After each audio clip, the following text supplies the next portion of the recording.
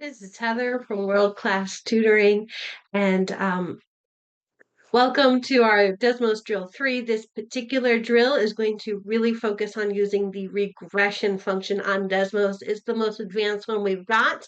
I hope that you enjoy it. Please make sure you download the worksheet that goes along with this video before you watch the remainder of the video, because I'm not going to pause right between questions. I'm going to jump in and do each one right away.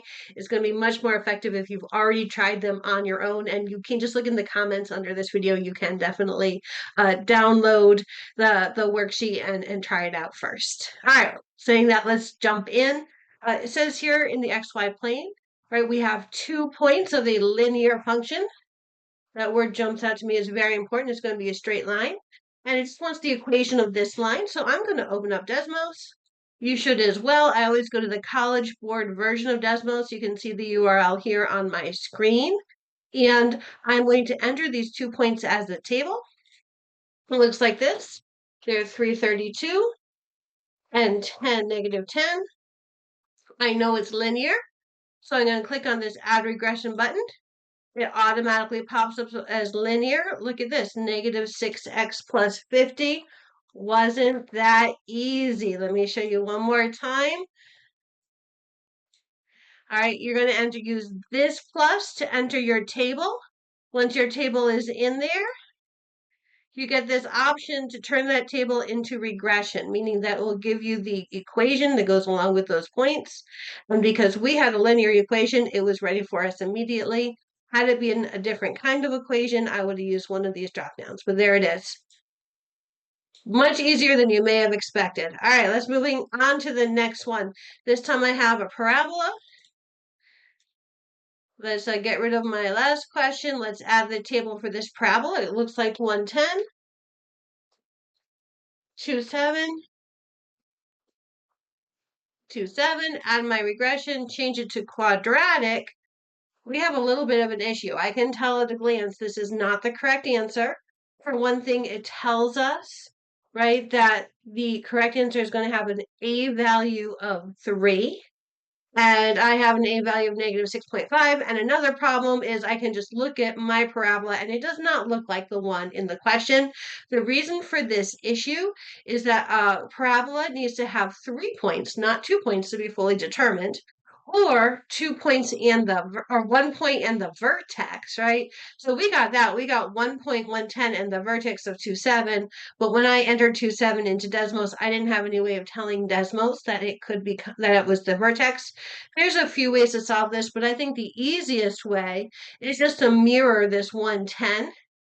And so I'm certain, because there's an axis of symmetry here, at 2, I'm certain that 310 is a point on my parabola. Let's fix that. Adding my third point. That looks more like it. My 3's match, just what I was looking for. The last question is, what is the value of 2BC? I can tell that B is -12, C is 19, so I'll use Desmos for this as well. 2 times -12 times 19, and -456 is my 2BC value here. All right, moving on to the next one. I have a toy rocket launched from the ground.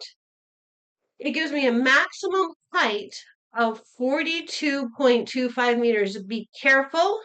Height, when you have this parabolic motion, is the y value. So I'm going to put this here.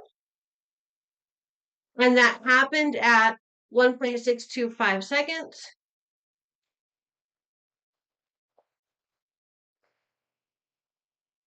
So there's going to be my point. In fact, that's my vertex point. When it hits the ground means the height equals 0. So my next point has a height, and always remember that height is the second number, and that happens at 3.25.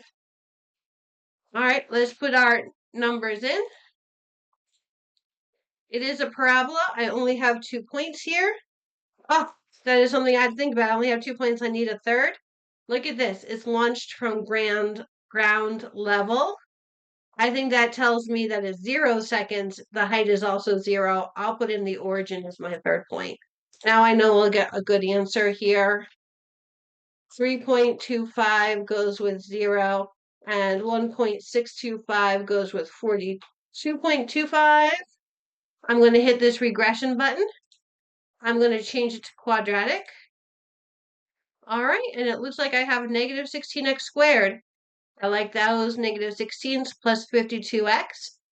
In this function, they changed the x to a t. That doesn't bother me at all. The answer is C. Okay, moving on to the next one. This time is very interesting. It's not quadratic. It's not anything that I can I can pick from my options. So let me show you what we're gonna do here. I will put in the table 3, 1, 0, negative 3.5, negative 8, 6.5. And now if I do the regression, none of these options are going to give me a function that looks like that. So I'm going to delete this. And what I'm going to do is a manual regression. I know that f of x is linear. So I can turn f of x into mx plus b. So when I am going to type this manually, I'm going to type it like this. Y equals mx plus b over, and then they told us the denominator is x plus 2. And then in order to force that to become a regression, I have to do 3 things. Let me change the color so you can see what special things I have to do in Desmos. For one thing, I have to change the equal sign to that tilde.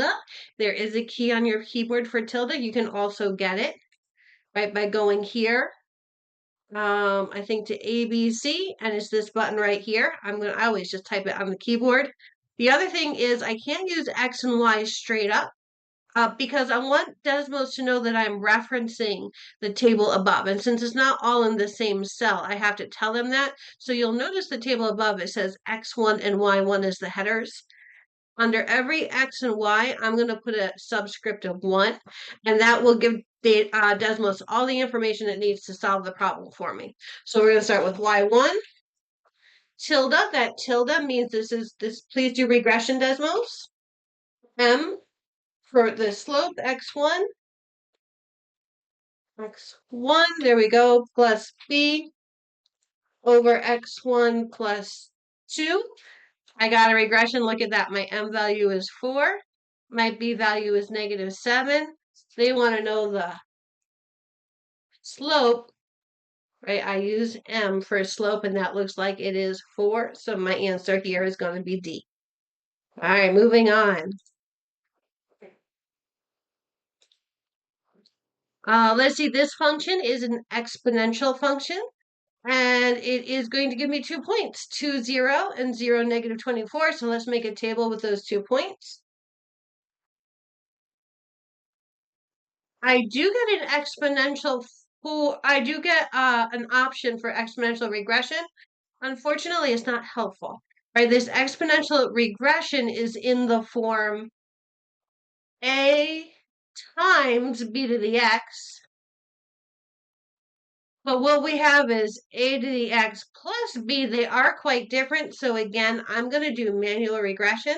When I do, I'm going to say y equals, but I'm going to make 3 changes to make it work for Desmos. The equals becomes a tilde, and the x and the y get those subscripts of 1. And the A and B, I'm going to leave those as A and B, and Desmos will figure them out for me. So let me delete this and type it in myself. Y1, A to the X1 plus B. All right, now that's exactly the one we were looking for. The question is, what is the value of B? And it looks to me like this one is negative 25. All right, moving right along. Question number 6. Again, we have an exponential rate. And at the rate, when would they reach 122,880? All right. Well, I have a table I can put in. 1, 2, 3, 240, 480, 960. I know this is growing at an exponential rate. So let me use the regular exponential regression.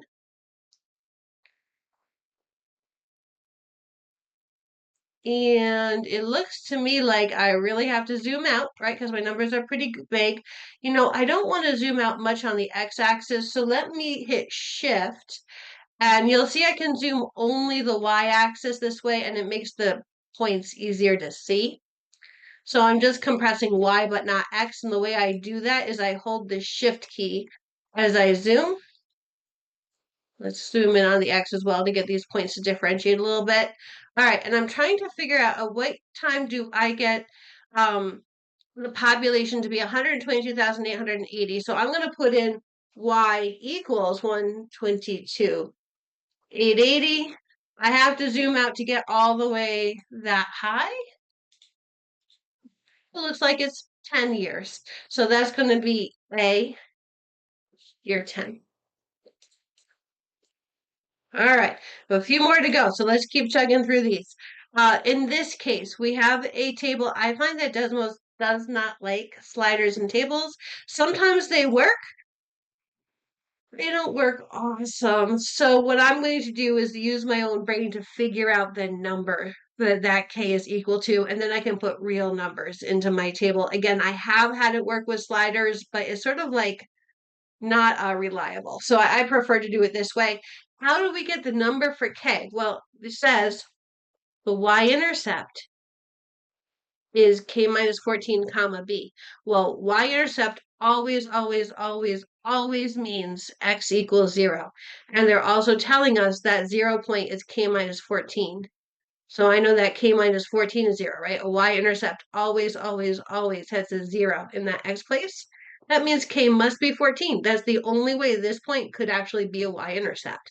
So if K is 14, I'll make that 14, and that 18.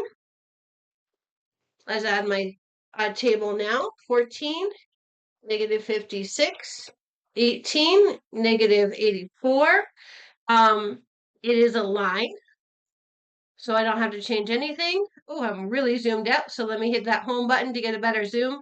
They're asking me for the value of B. B is the y-intercept, not the 0 part of the y-intercept, but the y part, right? It looks like it's going to be right up here at 42. All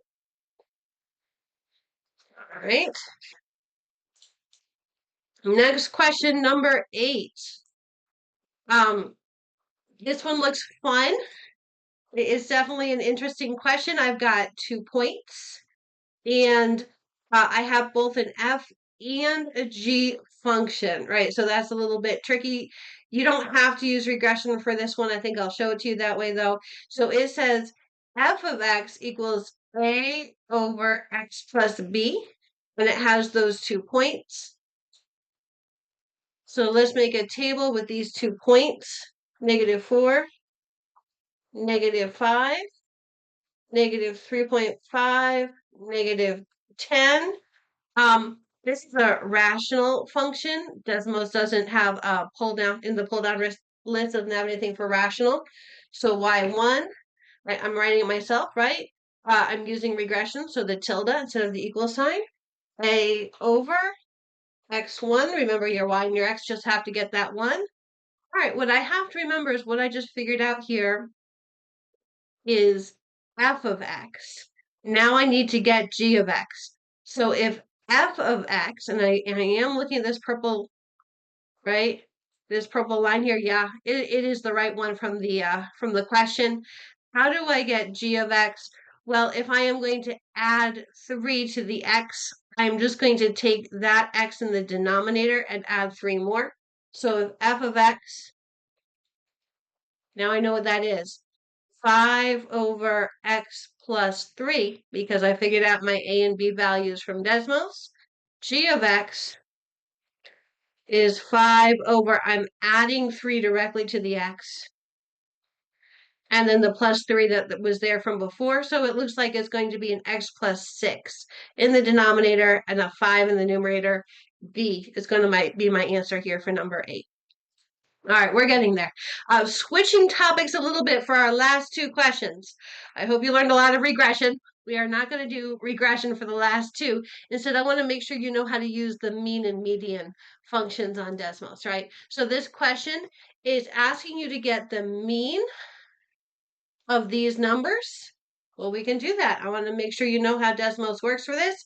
You're just going to type the word mean, open parentheses, and give your numbers with commas between them. So 27, 52, 61, 29, 33. I can see that the mean of these 5 numbers is 40.4. And it also says that this is 652 acres. So I'm going to take that number because I read the question carefully right before I started this video. I hope you also read it carefully. I'm going to take that 40.4, the mean, multiply it by 652. I get 26,000. That is in the last category here. So the new thing that I wanted you to learn from this question is how to use the mean. You can also type median. You can also type range. I use mean the most often, but those do work. You can also find those, by the way, in this functions area. I think you have to, you scroll down here to statistics, so you can also click on it. I prefer just to type it. I think that's faster, but you can click on it if that's easier for you. All right, let's get rid of this, and so we can focus on our last question. Nice, challenging question. We're going to take the mean of this set is 42, 46, 80, 34, 52, 31, 65, 79, and 75. And it told me that the mean is 56. I just got that the mean is 56. I'm happy I did that though, because that verified I typed them correctly. I had a nice double check built in there. I don't want to have to type them all over again, so I'm going to hit this edit list. Click on the duplicate right here. There we go. Now I have it again, and I can add a 10th integer. I don't know what it is, so I am going to make this a slider. All right, now focusing on the question, this 10th integer must be an integer, and it must be less than 100. So let me make this go from 1 to 99 with a step of 1. That way I'll only get integers and all the decimals are gone. And you can see as I slide it, that mean is getting recalculated as I change the a value. What do I want that mean to land on? That's our question here. Well, that mean, right, the mean of data set A is an even integer that's greater than 58. Well, what's the next integer that's greater than 58? Well, 59. 59 is not even, so the next one after that is 60. Let's aim for 60. So I'm going to slide this slider until I get a nice 60. There it is. And what I'm learning is 60 is the only possible answer. My A value here is 96. That's going to be my answer, right? There's nothing else larger than 96. So 96 is the largest number in the set. I can't get that up to 62 because look, I would go over my less than 100 limit. So 60, the mean of 60 is the only possible place where we could land here. And my A value of 96 is what got us there. Okay, I hope you learned a ton from this video. I definitely learned a ton making all these questions for you. Good luck on your SAT. Great work with all the studying you must be doing if you've made it to the end of this video. Please get in touch with us at World Class Tutoring if you want any more help. That is what we do all day long, help students get ready for the SAT.